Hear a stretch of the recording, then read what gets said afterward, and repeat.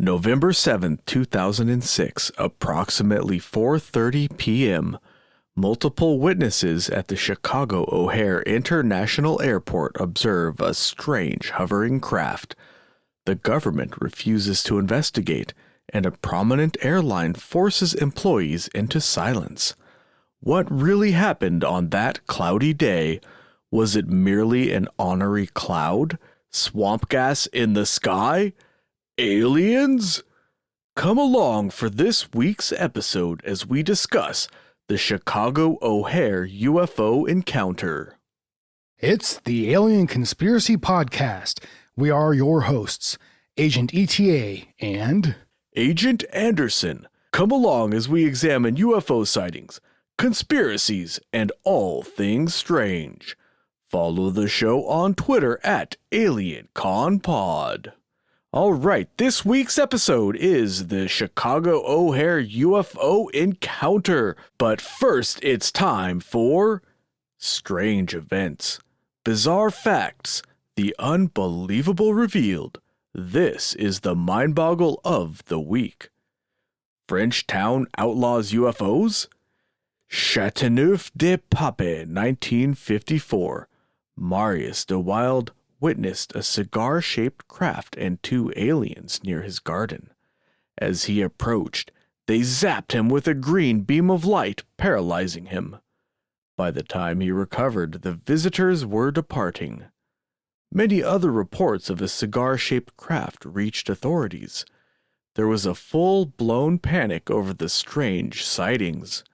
The mayor, Lucien Jeune, passed a law to stop the pesky aliens from harassing the town's citizens. The law reads, Article 1. The overflight, landing, and takeoff of aircraft known as flying saucers or flying cigars, whatever their nationality is, are prohibited on the territory of the community. Article 2. Any aircraft known as a flying saucer or flying cigar which should land on the territory of the community will be immediately held in custody. And Article 3. The forest officer and the city patrolman are in charge, each one, in what relates to him, of the execution of this decree. The law appears to have been successful, as very few, if any, cigar-shaped UFOs have been seen in the region since. The law is still on the books today. And now it's time for the show. All right, Agent ETA, would you like to kick us off on this episode? yeah, absolutely. This is a great story. And there's a couple different reasons why this is a great story, in my opinion. Not only because of the consistency of the description from the people who supposedly observed this event, also the people who observed this event are, in my opinion, very credible, because a lot of these people who observed this event are people who worked at the airport. First of all, this is an event that happened in 2006, and it happened at an airport called O'Hare Airport in Chicago. And it happened on November 7th, 2006, and it happened around 4:15 p.m. in the evening. So a lot of the people who observed this particular event, baggage, handlers, some of them were mechanics, some of them were pilots. A lot of these people they're very familiar with their surroundings. They spend their life at an airport as far as professionally, they know what they're looking at if they see something very out of the ordinary. So when I hear a lot of testimonies from people who obviously, in my opinion, observed something that was very out of the ordinary, and they're all describing very similar things. There's not very many discrepancies in the stories that you hear from these people. They're all describing the same thing pretty much, like I just said. The only discrepancies that you really kind of come across are things that, in my opinion, can be very easily explained, like the size of the vehicle. I've heard some people say that the vehicle was like anywhere from 6 feet to 24 feet, in diameter. Some people say it was at different altitudes, but it's still, pretty similar from what they describe. Like I said, that can be easily explained because not everybody's going to be viewing the same object from the same perspective, from the same distance. Not everybody's going to have the same ability and eyesight as well. Not everybody's eyesight is the same. You know what I mean? Some people have 20/20. Some people have lesser eyesight. So, like I said, a lot of these things I think can be easily explained away. But I think that, the people who are describing the event are credible enough. And they're also people who, in my opinion, know what they're talking about. So that's why I find it such a compelling case. From what I read, the first witness was a ramp employee, and he was pushing back a United Airlines airplane, flight 456, and it was I've seen different time frames. He was taxiing that plane, right? Yeah. The time frames I've seen are between 4:15 and 4:45, very, very roughly speaking, but you know how it is when you're at work. You don't know what time it is specifically, but and not everybody saw this thing at the same time, Yeah, so it was probably around then. So we'll just round to the middle and say 4:30 approximately. So he was taxiing this flight, and he saw this thing, and he notified the pilot and co-pilot. They saw it, and then they reported it to the tower. The general description, all the witnesses have various descriptions, but generally speaking, it was described as, let's say, a dirty aluminum color, very stable and without optical distortions near it. That's what the co-pilot said. Approximately 30 feet in diameter. Various witnesses saw this between 2 and 20 minutes. So some of them only saw it for a very short amount of time. Some of them saw it for, 20 minutes standing there looking at a UFO. 20 minutes doesn't sound like a long time if you're playing video games. But if you're watching something that you've never seen before, that's a really long time. Yes, absolutely. I mean, even 2 or 3 minutes. Like, just imagine yourself like standing on ground level, looking at something that you may think is a UFO as you're observing it. I mean, only as long enough for you to get a good observation of whatever you're observing would be long enough to really shock you. If something is sitting there for 20 minutes or, however long it may have been there, I mean, that's a long damn time. And that's plenty of time for all kinds of people to have observed this, which after the fact, it seems to have, seems to be the case. Originally, supposedly, 12 United Airline employees, reported this to United Airlines. And originally that's what was like reported, in different news organizations that, there was 12 people that observed this, but that's actually not the case. That there was quite a few more people. And there may have been hundreds or upwards, maybe of 1,000, 1,000 plus people that observed this thing, because you got to keep taking into account that the vast majority of people who may have observed this type of thing may not only write it off as not even being a UFO, or, who knows what they might write it off as being, but they're not going to report it. It's a pretty well documented scenario in these type of cases where most people actually aren't going to report it because of fear of, I guess you could say some type of retribution. Not necessarily that, but they don't want to be looked at as somebody who's crazy, somebody who, you know what I mean? Yeah. Well, not only that, if you're a civilian witness, let's say you're not an employee at the airport, but you saw this thing, who are you going to report it to? Yeah. You're going to call the police? I mean, no, you're not going to call the police because that's not who you report UFOs to. I think the average person who saw this thing, they wouldn't even know who to call. Maybe your local news department, maybe, but if you're at the airport, that's not where you live. So you're going to get on your plane and go away. And then you're going to call who? You're not. You're just going to forget about it, or tell your family, and then they're going to say you're crazy.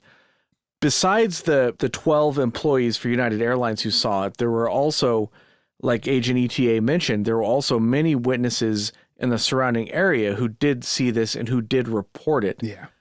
They saw it on the ramp and the pilots reported it.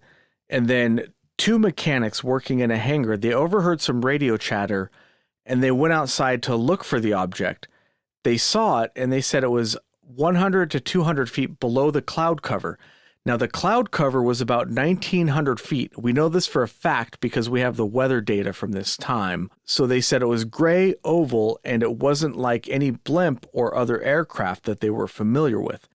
Yeah, and also everybody supposedly agreed that the object was very silent, and they didn't hear any kind of humming noise or anything like that. And like it's another aspect of this that I believe adds to the legitimacy of the story, because there is a very solid consistency with the description of the object. Right. Everybody pretty much describes it as, like you said, dark gray. Everybody agrees it was silent. No, I haven't heard anybody describe any kind of noise or anything like that. I don't hear anybody describing any particular type of light that, comes off the object or anything. Like I said, it's a very consistent story that we're hearing. Yeah, we have lots of independent witnesses who are all describing essentially the exact same thing. So the next thing that happened is there were some office workers, and they also heard the radio chatter and went out to look. They described it as dark, elliptical, and said that when it left, it was so fast that it was a blur. So we mentioned earlier that the tower, the pilots reported the object to the tower, but they didn't see it and they did not pick it up on radar. And the object especially did not have a transponder. So we know for a fact that whatever they were seeing was not a traditional craft, because nobody in their right friggin' mind would fly over one of the busiest airports in the world with their transponder turned off. That's just insane. You're asking for it, right? Let's just say, let's suspend disbelief, right? Let's just say that this is an intelligent individual flying some kind of a technologically advanced object or vehicle, whatever you want to, however you want to describe it. If they are going to go into an area like this, it's going to be for a specific reason, I think, because they're going to be smart enough to know that this is going to be a busy airspace. You're going to be risking safety, right? Whether that individual, whoever's piloting the aircraft, cares about that or not, they're going to know that. So if they are going to do something like this, they're going to have a certain level of confidence, I think, in their ability. Say you did have a highly technically advanced vehicle that you were piloting. I think it's quite possible that you also have a high level of confidence in what you're doing, and you will be able to do something like this because it doesn't really matter. You're so capable, you're going to be able to get out of the way of anything that's going to be in your area. And I think that also, if you're able to move in this level of ability, you're probably going to be able to be aware of your surroundings in a similar, at a similar level as well. So there were some other witnesses, various airport employees and civilians. Well, they're all civilians, I suppose, but there were witnesses in a parking lot who saw this. The people who reported it did not report this as being an alien craft. They reported it as being a threat to the airport security. This particular sighting happened right over gate C-17, which, if people want to go on Google Earth or any of those map search type engines, you can go over this airport and actually see the exact spot where this event supposedly took place. There's nothing that would please me more than knowing that people go to this airport dressed as aliens and take pictures of themselves on this terminal just to troll the lights out of the employees that work there or the security guards or whatever. That would just be, that would make my day if I knew that happened. Yes, please. But make sure you do it in good humor. You know what I mean? And also, don't be standoffish or anything like that. To be honest, that's kind of on one of my bucket list things to do, as far as just ridiculous things that I want to do that sounds fun. You know what I mean? Yeah. There's a couple of things that I want to go to the Colorado airport and do as well, but we will get to that airport. Believe you me. Well, but some of that bucket list stuff that I'm talking about is actually now not even possible because I wanted to take a picture in front of some of the murals that they used to have from what I understand. And I've never been to this airport, but I've seen a lot of screen captures that people share on the internet, and some of the murals that people talk about with the conspiracies involving the Colorado airport. Those murals, from what I understand, some of them are gone now. They've been covered over or altered. Yeah, and I imagine that people actually went to the airport, as you might expect people would do at an airport. Oh, yeah. A lot of them. Yeah, you can find those pictures online. Yeah. They saw these murals, and they went to the management, and they said, what in the holy hell are these murals doing here at this airport? All right. Well, let's not go off on that tangent, because It's a whole episode or several on itself. That is just a really weird scene. But what I want to know is... That is definitely a subject that I absolutely want to do an episode on eventually. So one of the weird things about this case is that the mainstream media didn't report on it until January of the next year, when the Chicago Tribune published an article. And originally the FAA denied knowing anything about it until the Tribune filed a FOIA request and received a copy of the call to the tower. Agent ETA, would you care to reenact this call with me? Sure, I would. It would be my pleasure. Okay, would you prefer to be Dave or Sue? I don't know. Would you like to be Dave? Yes. Okay, so at 4:30 p.m., upon sighting this strange object, the pilots called the O'Hare Tower, and this is the conversation that transpired.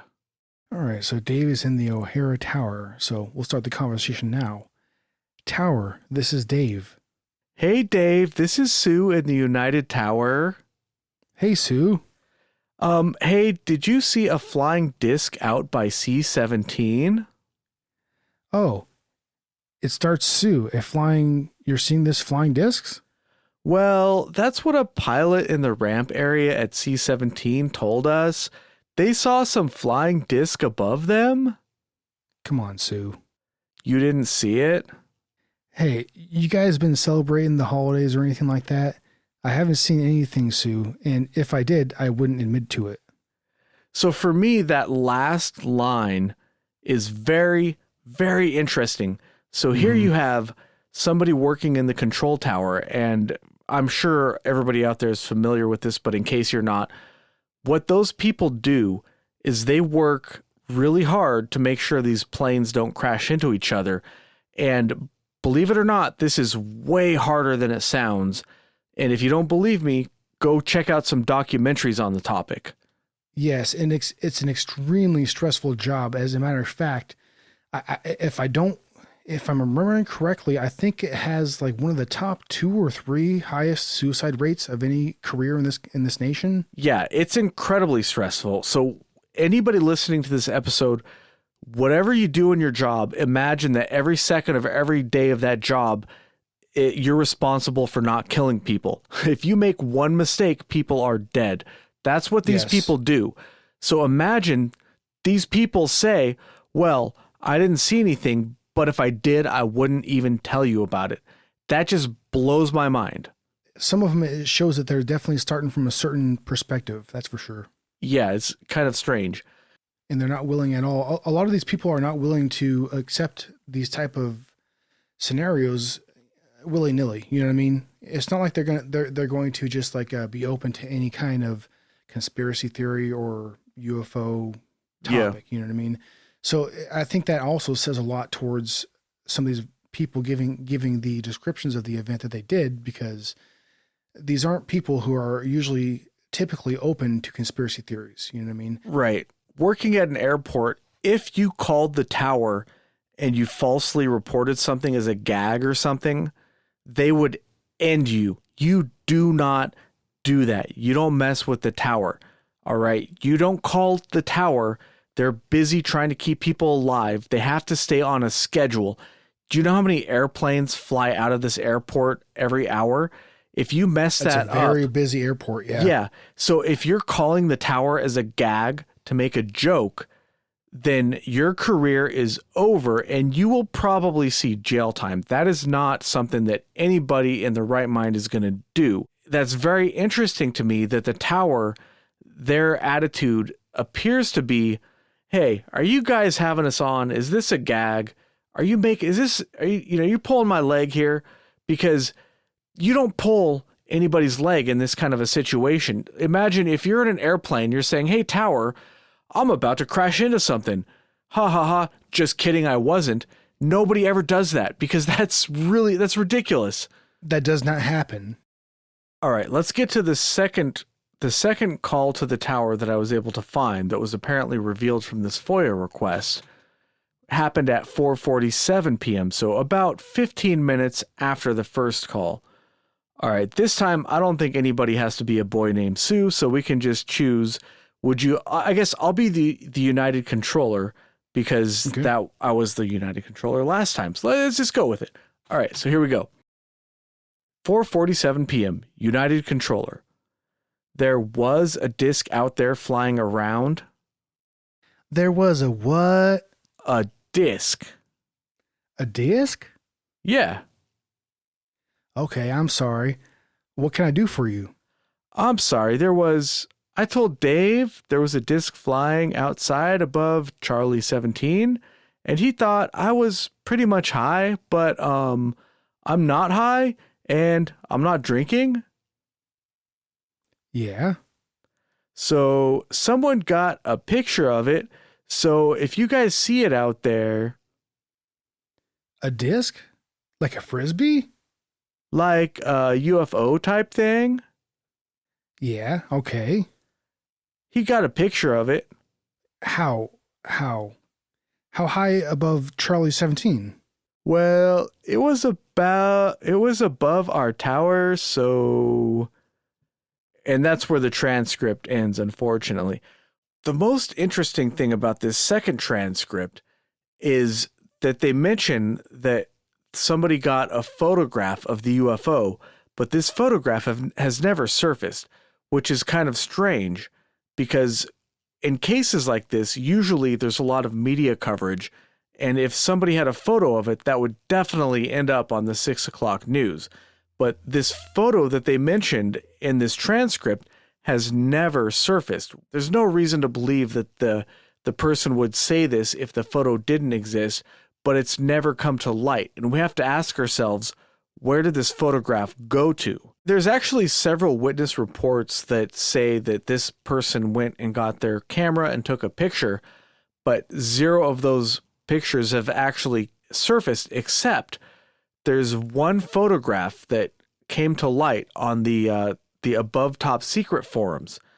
And I'll read the link right now that you can find this picture for yourselves, which is http://files.abovtopsecret.com/files/img/g1556332b5a.jpg.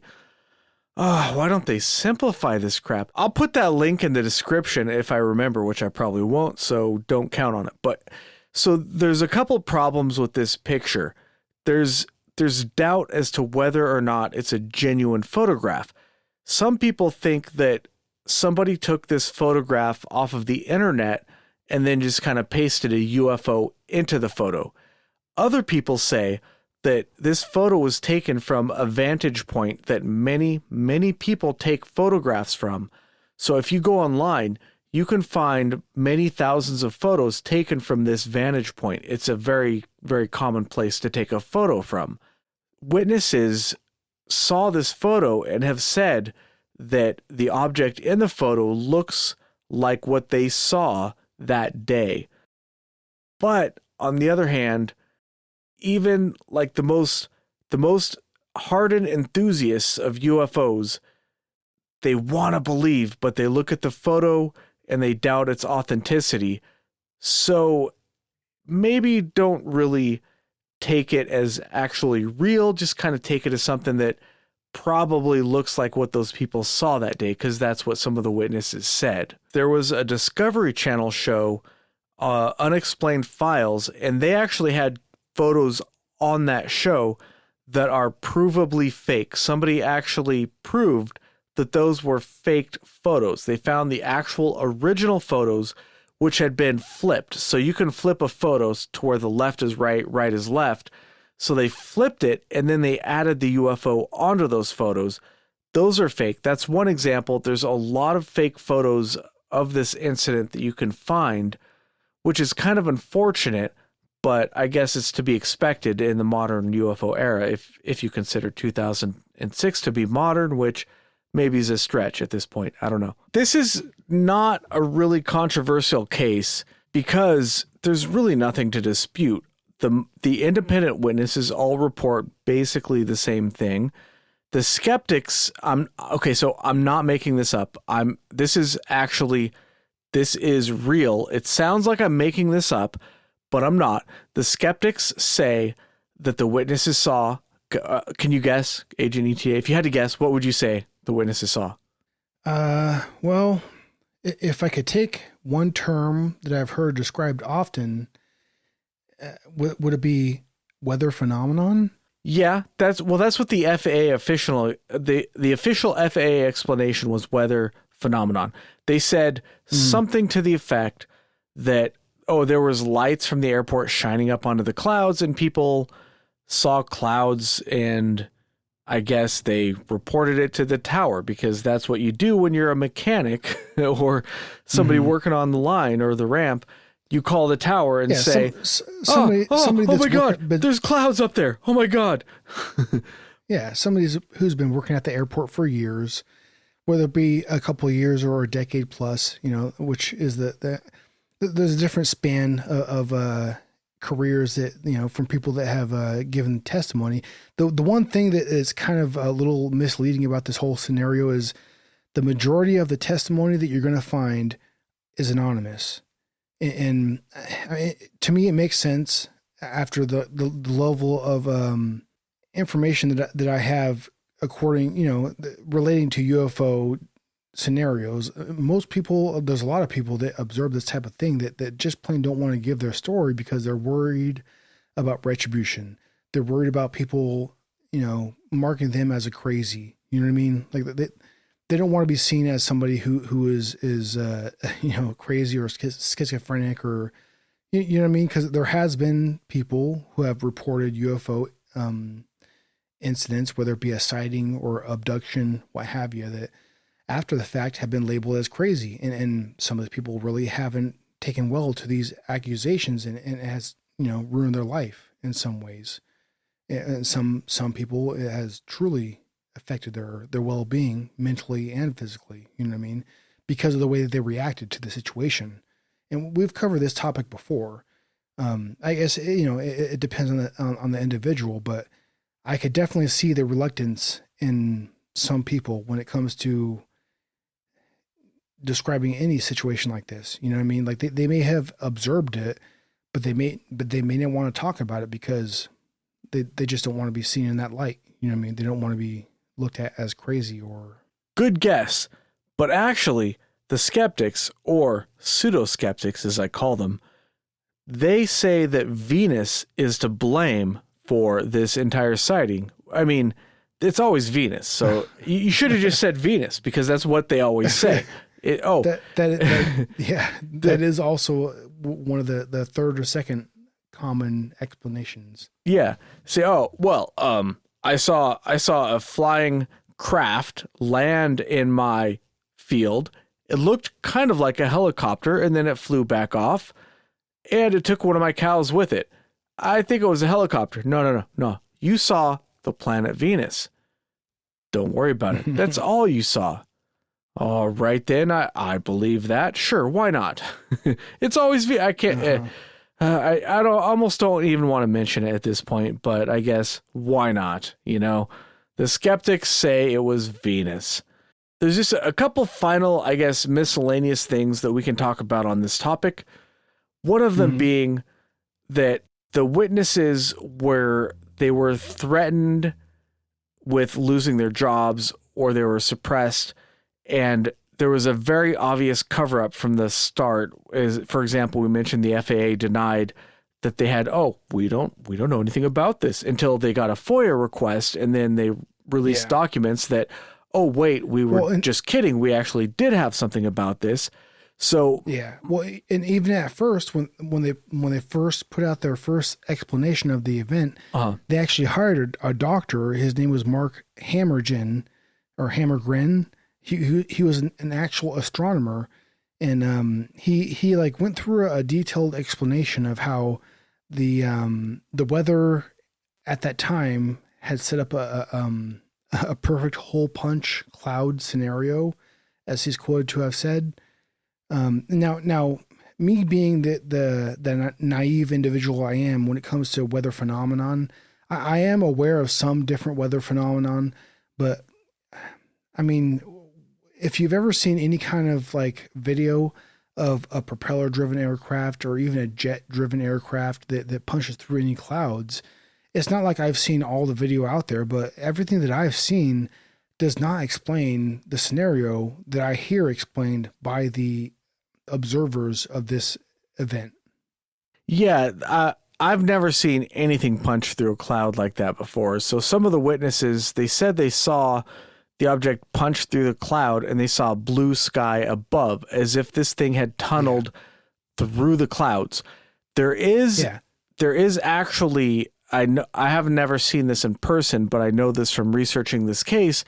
Apparently, if the clouds are basically cold enough to be frozen, ice particles floating around, and something can cause, like a piece of ice particle can fall through the cloud, it can actually cause this sort of a phenomenon. So this is something that can happen in real life. A hole can actually be punched through a cloud, but it has to be a very perfect scenario that's created by natural cloud formations or weather, but it's not necessarily something that I've ever seen created by an actual aircraft. Because here's the thing, like, all right, so if you see a propeller driven aircraft go through clouds, there's going to be a wake that aircraft creates. You're going to be able to observe the turbulence behind the aircraft. You know what I'm saying? And there's a very similar, well, not very similar, but a somewhat similar end result to a jet propelled aircraft as well. And in my personal opinion, I think the aircraft that would be most likely to, make that scenario happen, the aircraft that's most likely to punch a hole through clouds, I think would be a helicopter, I would think, because of the circular type of nature of the, helicopter propeller, right?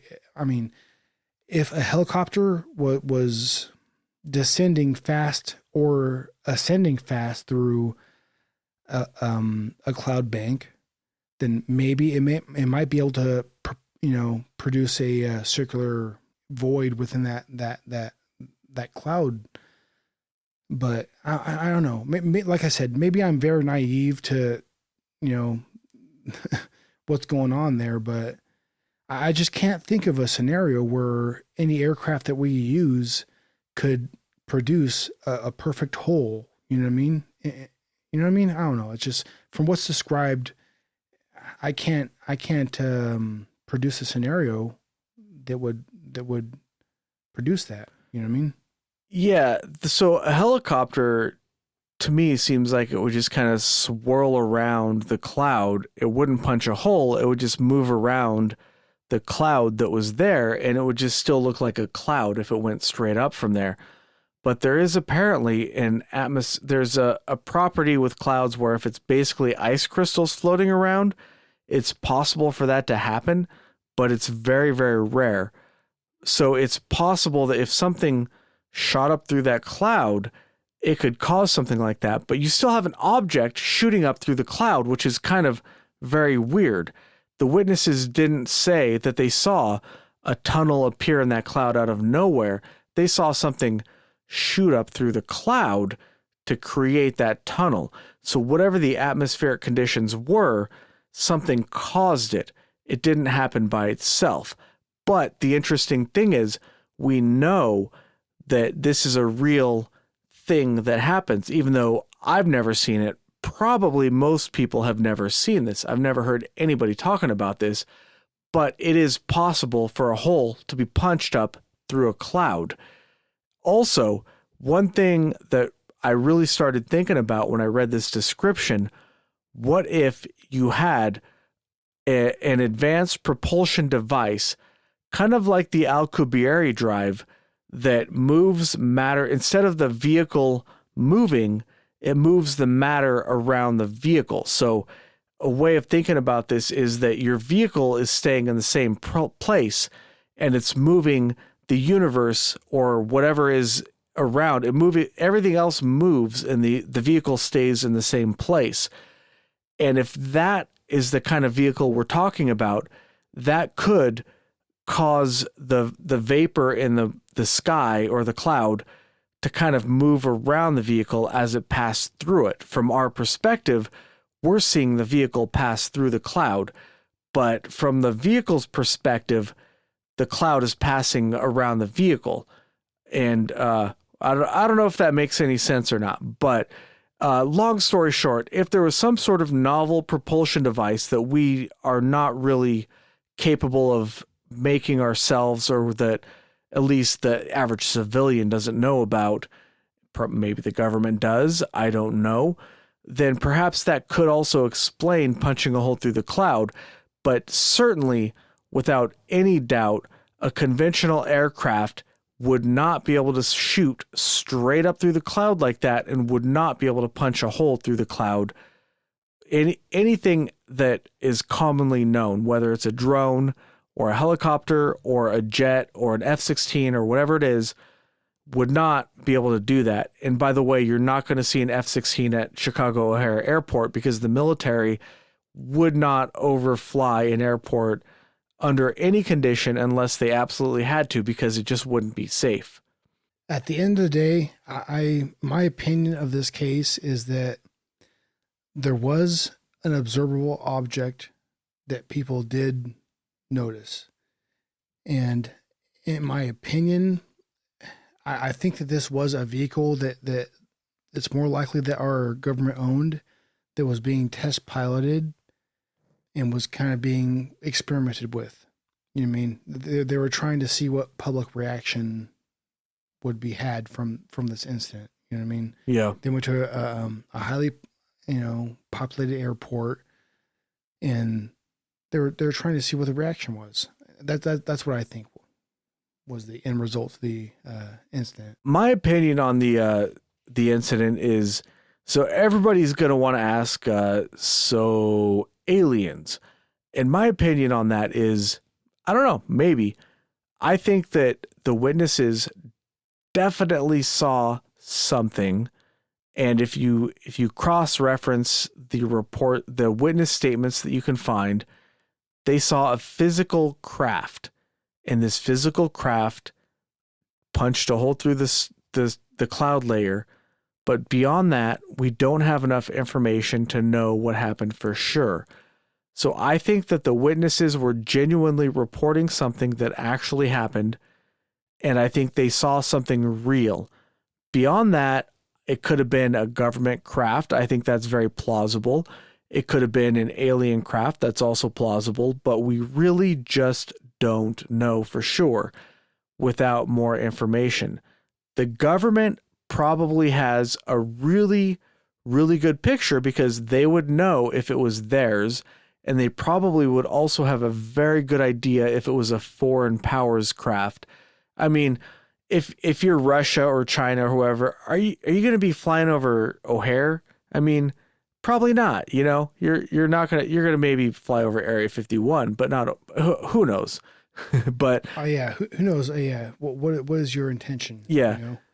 But what perspective are you working from? I guess my final thoughts on this episode is, it could be anything. I believe the witnesses saw something weird, but we don't really have enough information to know what it was. Mm-hmm. I would love to see those mysterious missing photographs that almost certainly exist, but were almost certainly suppressed by a government agency. And we're talking about the post 9/11 world, where the NSA can go onto my phone right now and delete any photograph I have on there at will if they want to. So I guess that wraps up this week's episode. Join us next time for a topic that we have not decided upon yet. Thanks for listening. You can follow the show on Twitter at AlienConPod. We also have an email address, alienconpod@protonmail.com.